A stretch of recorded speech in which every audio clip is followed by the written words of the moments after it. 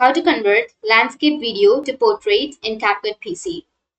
So if you want to convert landscape video to a portrait in CapCut PC, then first you need to open up your CapCut on your PC or your laptop.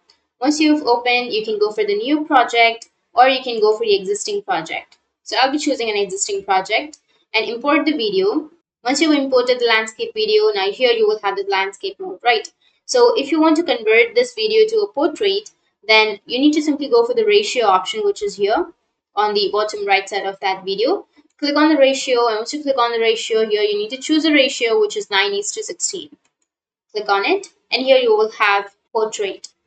So that's how you can convert it to a portrait, but you will have black color blanks, right?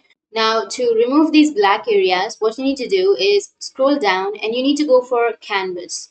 So here, click on canvas, and under canvas, you need to choose blur and select the type of blur. So I'll be choosing the second one.